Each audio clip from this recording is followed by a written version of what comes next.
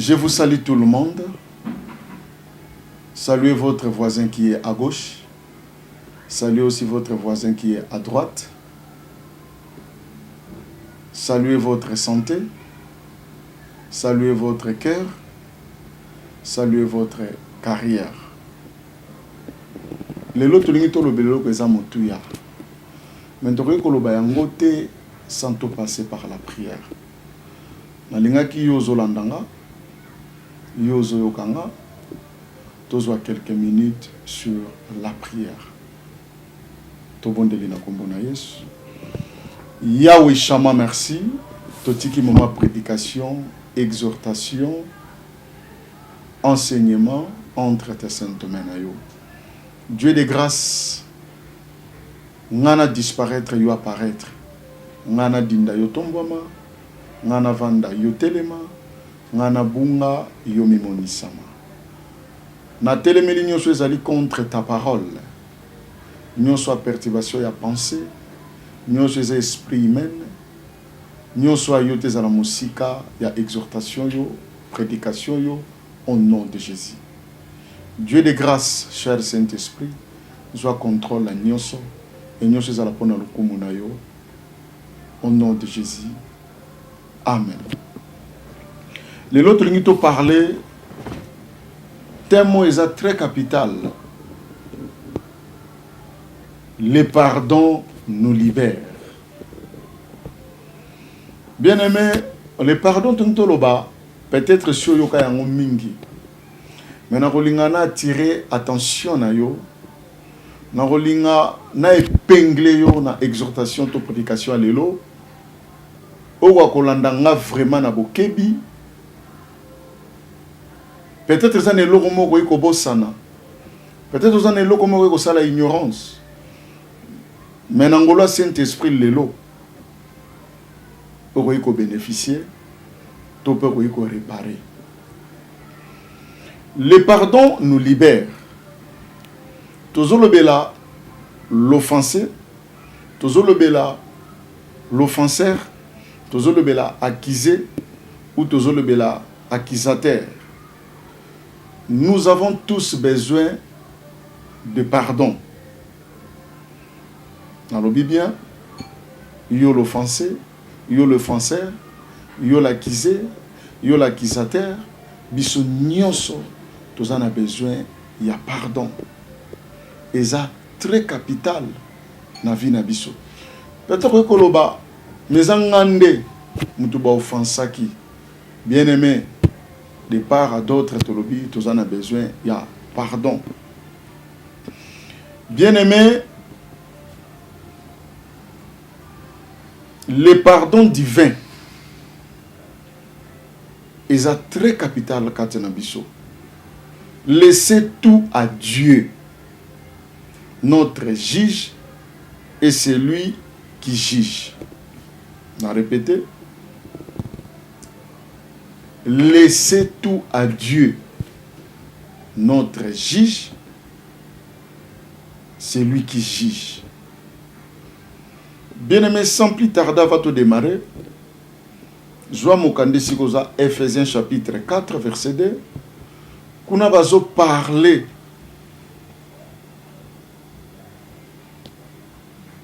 bomoko, boyokani. Kuna bazo parler sur la humilité. Bien-aimé, la vengeance dans nos cœurs, ça nous détruit. La vengeance dans nos cœurs, ça nous détruit. Bien-aimé, ça n'a pas te belé. Nga ba salanga mabe na sale lo côté. Nga ba lukelanga mabe na yebe lo côté. Et ça la muta bomba vengeance na cœur. Or ko bomba vengeance na cœur. Bien-aimé, zo détruire yo sans le savoir. Car la Bible déclare: à moi la vengeance, à moi la rétribution. Bien-aimé, ko bomba vengeance, ezo sala ke olala na vengeance, ezo sala ke olia na vengeance, ezosala ke otambola na vengeance, ezosala ke olala na vengeance. Parce que la vengeance ezo détruire le cœur. Tant que yo bombi yango mingi, ezosala ko zo se détruire sans le savoir. Ezosala ke même travail na yo na kati na ngwe kozala na vengeance. Bible zoloba moto azo pesa kako azanango. Lokolo bombi vengeance kati na yo. Nyonso kosala na parcours na yo. Bien-aimé, ils ont contribué à la vengeance sans le savoir. Même travail na yo. Et kosala ke lokolo bombi vengeance mingi. Même ba songe na yo. Même ba rêve na yo. Et que ça les a la source correcte. Pourquoi? Parce que au tirali na conception moko na motema na yo, au tirali na conception moko na makanisi na yo, nga basala nga mabe, nga pe fona zongisa mabe. Bien mais vengeance okoki kolakisa ngo te epai na bato to na miso na bato. Mais fait que vandi na motema. Bien mais ngoloba tout parcours na yo nyonso zo sala bien-aimé qui clé na vengeance. Bien-aimé, la vengeance c'est zo détruire même ba relation na biso. La vengeance c'est zo contre sa méfiance. La vengeance c'est zo sala ke nga lokola ba sala nga boye na komi mayele na bato. Bien-aimé, okomi ko cheme loko zalaka na ngote. Vous savez, le diable a trop malin. Awo ko la haine pendant koza na haine te. Mutu muso atala za na porte ya kozwayote. Mutu muso atala za na lolenge ya kokotiso na makambu te. Bien-aimé, ako créelo likambo moko oyo za na raison. Mais lorsque vous avez l'important dans likambo créo za na raison. Koyeba kozala na maîtrise.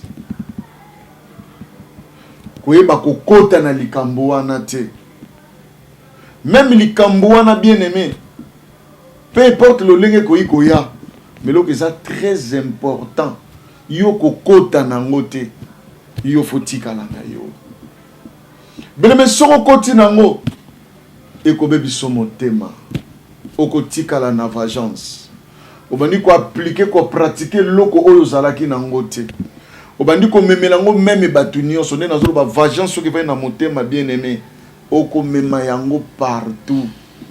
Voir même na ba songe na ba révélation na yo et ko zala sous les mêmes te.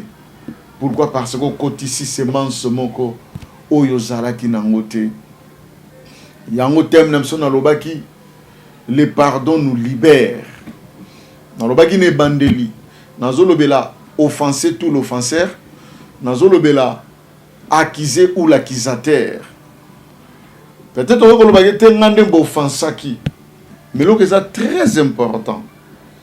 Et ce qui est très capital. Yokota na acto basali yote. Vengeance c'est que ça la bien-aimé. Okomi ko pratiquer loko zala na ngote. Ndenge mokile zo bazolo ba. Ngate muna bandaki mabe. Lelo sona ko mabe boye pona mokili. Bien-aimé, okoki ko changer identité na yote pona le mal bato bazo apporter yo. Bato musu batali oza na porte te. Bato musu batali vivre na prudence.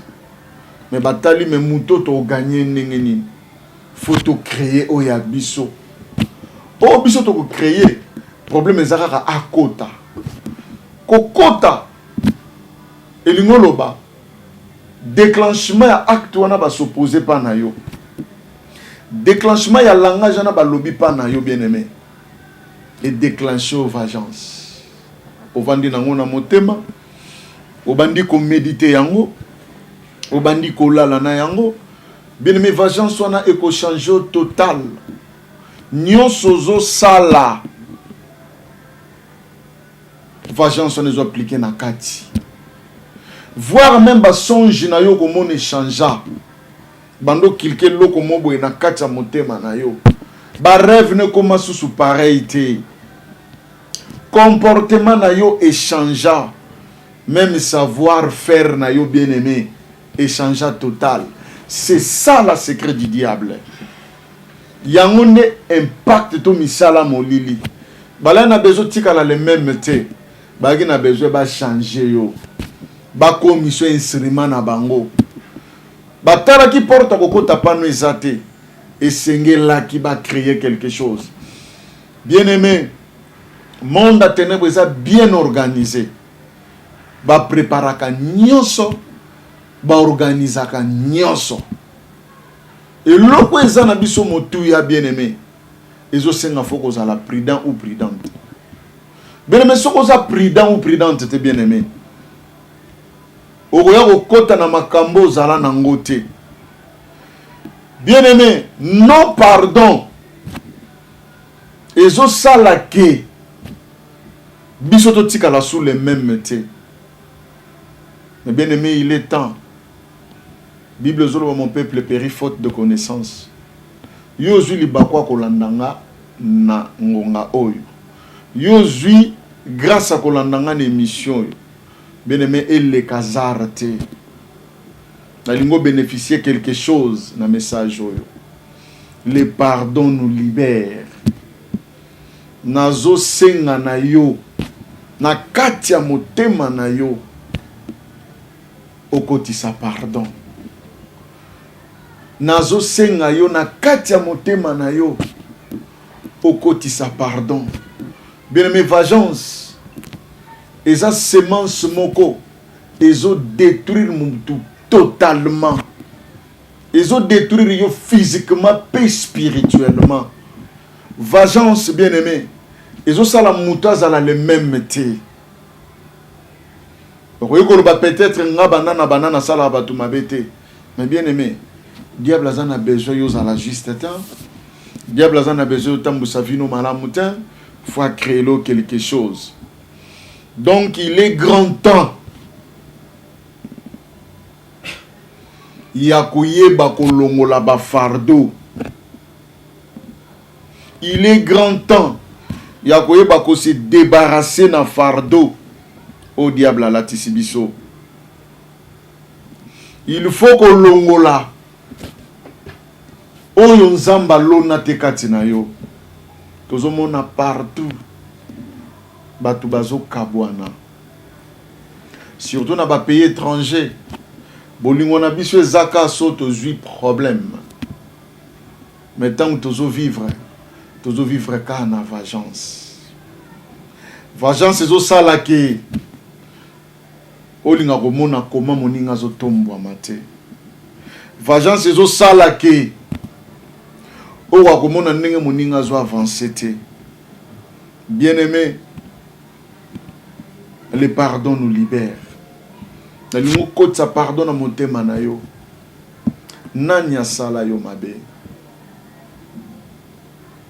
Nani yo sala mabe? Nani alukela yo ba problème? Nani yo koza ba problème? Mais bien aimé, naza pona ko juger yo te. Mais naza kaka pona ko rappeler yo. Nzambalinga rappeler yo. Nani asala yo mabe? Nzambalinga rappeler yo. Nani yo sala mabe? Alingi na place sa vengeance. Okoti sa pardon. Pardon ko sala biso. Tous à la libérer. Pardon ko sala biso. To continuer na bonne marche. Pardon ko sala biso. Au lieu de tia mire, to barrière. Mais tu vas créer pont. Pardon ko sala biso. Tu vas soigner ba relation. Pardon ko sala biso. Tu vas supporter les uns et les autres. Pardon ko sala biso. Tu vas ma fardeau ya baninga. Mais mettons to ma fardeau ya baninga. Et que ça, que Nzambe facilement, aïe ba komema fardo na biso. Combien de fois tu as kende l'église? Combien de fois tu as ta retraite, ba prière? Combien de fois tu as gêné? Mais na kati na yo, ezane loko moko kangandeko. Peut-être que tu as sala ki mabe yo, yem ta sala o mabe. Mais bien aimé, diable a bien na ko manipuler pour y ba ko yo. Combien de fois tu as bondé là? Pardon zate. Tu as bosana ke biso nyonso tu as ba créature en Nzambe. Bien aimé, tant que tu barrière, tant que tu méditer le mal pour une créature en Nzambe bien aimé. Comment qu'on n'est pas créateur? Ozo lela pour une situation na yo. Ozo talise ba problème na yo. Ozo linga Nzamba zo solution na ba problème na yo. Mais ba problème a bato ba koza yo na nozo lango solution te. Ba problème o yo koza bato na nozo lango solution te. Ovandisa bato ebele na motema. Ovandisa bato ebele na prison. Pourquoi? Parce que olobaki okolimbisa bango te. Olobaki otikali mutu a vengeance. Bien aimé, vengeance c'est sa arme moko se détruire mutu physiquement, spirituellement. Diable a tellement risé. Ayebi que prière nous a très capital. Ayebi que sacrifice na yo liboso nous a très capital. Azana porte au côté ma créé lango barrière. Tant que tu barrière entre les uns et les autres, benemozo mitia barrière entre yo na Nzambe. Le pardon nous libère. Beneme sokozo la nanga na message ezazarte. Sokozo ngonga tongolu ya kolanda biso na message yo eza azarte. Ezaka opportunité o Nzamba pesi yo landa biso. Eloko motu ya nazo rappeler pe nazo yebisa yo. Nzamba zo sepela na situation za nango te. Nzamba zo sepela na koleriko yo vandisa na motema te pona motu. Nzamba zo sepela te na ngonga mulai oyo kangi batu na motema. Bien aimé, nazana besoin na iba teke nini basala yo. Mais bien aimé, eza prison yo koti bango te, mais eza prison oyo mi koti si. Eza bilo musu na rappela ki yo batu ba créer yango po ba koti na prison. Yo faut la libre. Tango tie batu na prison, c'est que yo za libre te. C'est que yo moko za na kati ya prison sans le savoir. Est-ce que muto aza na prison? Aza ne loko ko salate. Donc le non pardon, et l'ingolo ba ketoza na kati ya prison. Mais le pardon nous libère dans la prison satanique, dans la prison diabolique, dans la prison du diable. Et donc ça très capital à Moutouya. Yozuli bakwa kolandanga na sengi na yo okoti sa pardon na motema na yo. Que ce soit niveau likambo basala yo. Que ce soit niveau likambo ba créer la yo. Kotala niveau likambo wana te. Mais nazo senga na yo pardonner bango. Enfin que yo bima na prison. O bango ba créer la yo. Bimisa vengeance na motema na yo. Bimisa vengeance na motema na yo. Et que ça la ba songe ne changer. Et que ça la ba rêve ne changer. Et que ça la ba vision ne changer. Et que ça la ba prière na yo et ye ba ko changer. Et que ça la ba sacrifice no ba jeûne prière et atteindre dimension mususu bien-aimé. Na lingo limbi sabato nyonso basala o mabe. Na libota papa, na libota maman, bandeko. To ba connaissance. Bien-aimé, l'amour est au salake. Tu es bako bossa na nyonso.